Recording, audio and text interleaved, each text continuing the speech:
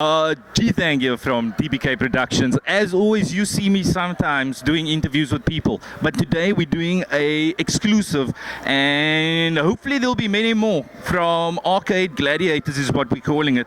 Today I'm going to be showing you guys an awesome game that I started playing many years ago, and I think I'm pretty good enough that I can teach you guys how to play, and so you can have as much fun as I have in the arcade with Ferrari 355. Now the game was made many years ago by Sega, and it's one of the best arcade driving sims you're gonna find in an arcade. Just many people don't actually play it because of the steep learning curve, but I promise you, after viewing this, with my help, I'll show you how to have the most fun in the arcade if you enjoy driving sims.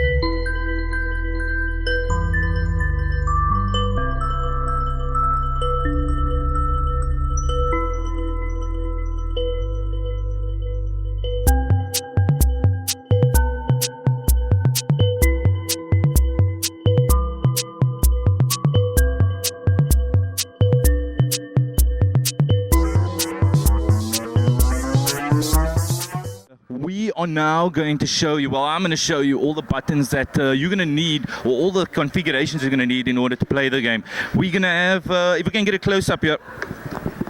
Okay, first of all, we've got obviously the start button. Then there's SCTC, ABS, and IBS. Now, it does tell you what it does over here, but if you have no idea of how it kind of works and affects the game, then I'll show you right now.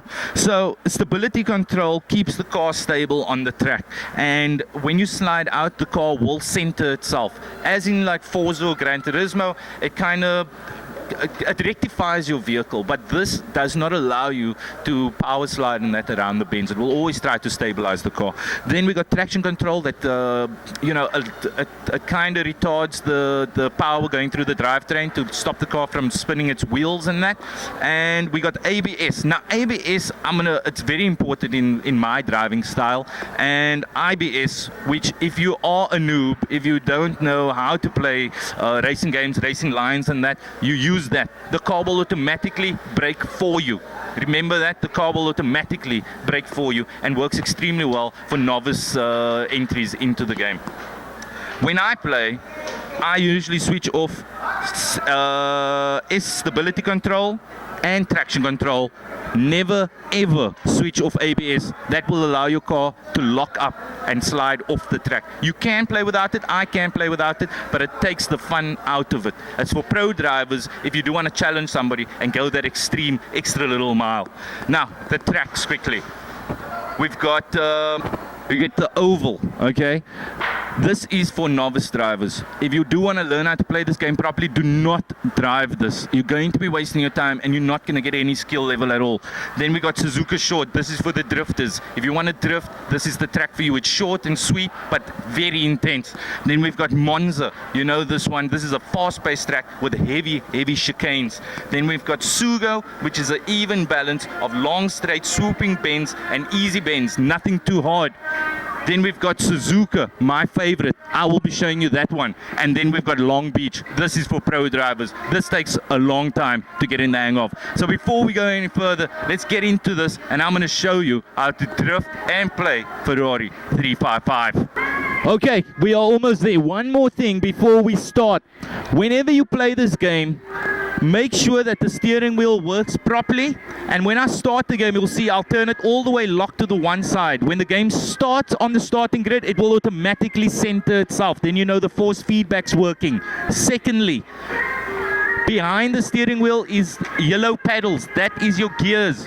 It should be on the right hand side is gear up, and on the left hand side is gear down. If you play it like that, if you follow my videos, you won't get confused with what happens when we're playing the game with gearing up and gearing down. Do not flick the gear lever. To never flick the pedal, because when you flick the pedal, it will gear down on the opposite side. When I injured my hand many years ago, I could only play the game with one hand. If you flick it forward, it will gear up, or the opposite of what it's supposed to do.